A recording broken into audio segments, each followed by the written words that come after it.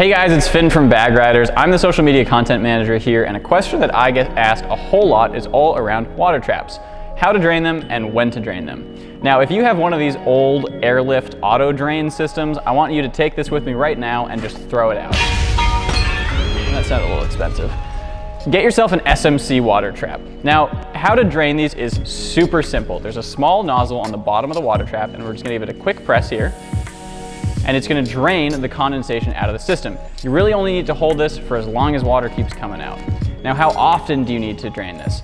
I recommend about every 2 weeks is gonna be your best bet for keeping your system condensation free. This helps a lot, especially in the winter when that water can freeze and damage your system.